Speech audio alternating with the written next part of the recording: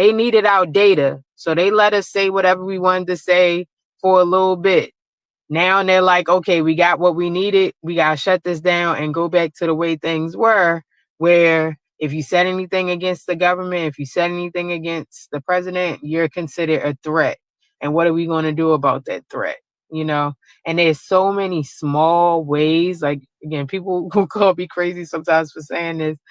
Um, but there's so many small ways that they can pick on you. And y'all can look up like Edward Snowden, and I can't remember what the movie is about him, but they were showing that they were trying to do something in the Middle East, and they found his family in the US, and they got the guy to break up with the girl or something, creating this trickle effect to get her to tell about something else, you know?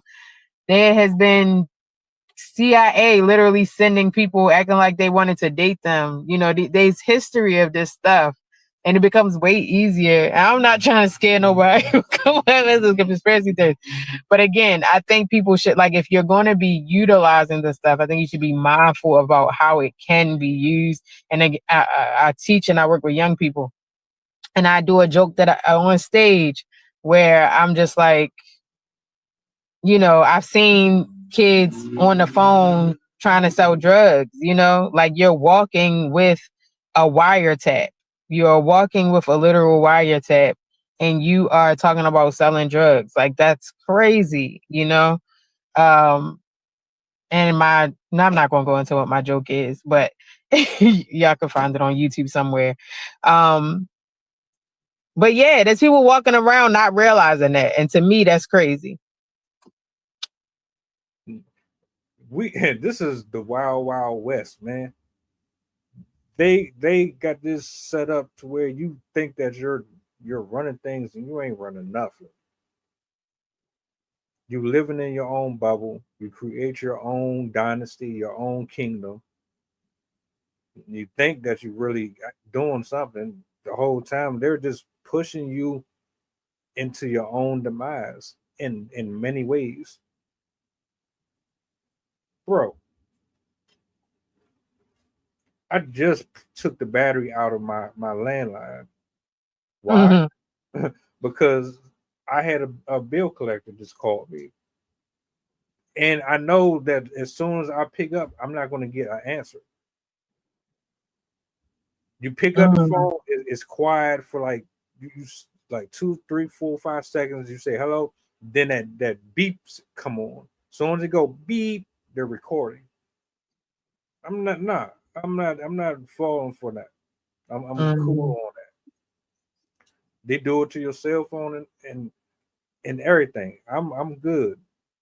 But one thing I will say is pray more if you're spiritual. That is, I believe in God and things of that nature. So I want to be covered as much as possible. The shadow banning, the YouTube strikes, and the favoritism and the nepotism and all that stuff that comes under all the isms is real, it's evident, it's clear that they're playing in our face. They've always been playing in our face, but they always mask it. And I brought this up Monday with Rob and Sydney, and I said the politicians are there to make sure that we don't storm the White House. They're there to make sure that we do not remove the veil from our face. That's it. Population control. Whole time they in there stealing money themselves. They crooked just like the rest of them. Thieves amongst thieves. Everybody's stealing from somebody. Name me one job where somebody didn't like somebody, or somebody wasn't getting out on somebody else, or somebody wasn't being sneaky with somebody else, or there wasn't infidelity or corruption, or like it's everywhere. You can't escape it. Doesn't really make a difference what platform you're on, rich, poor. Everybody is screwing everybody over, except for typically the ones who don't have it to be greedy enough to want to do anything like that. It's sad. Mm-hmm. Do you have any last thoughts on just shadow banning or any of this in general? Like, I mean, because this is one of them things where you can talk about it for forever, but the whole point of these topics in general is just to give people a different perspective. It's like, look, man, I know we are on social media all day, but some things need to be talked about more than others, and I think this one needed to be brought to some attention. I mean, I would just say, we should really be intentional about who we're supporting and who we're letting into our mental space. So if it's just your friends and family, or if you find somebody that you like what they got to say, like, go out of your way to subscribe, go out of your way to like, to save, you know, try your best to control your algorithm. That also means stuff that you don't really like, hide, even though that goes against what I'm saying, that partially we create this bubble, but we have to and again, when people are doing things where they're inviting you in real life spaces, do that. We that's becoming a lost art. We are not outside as much as we were outside, and I don't mean just going to the club and stuff.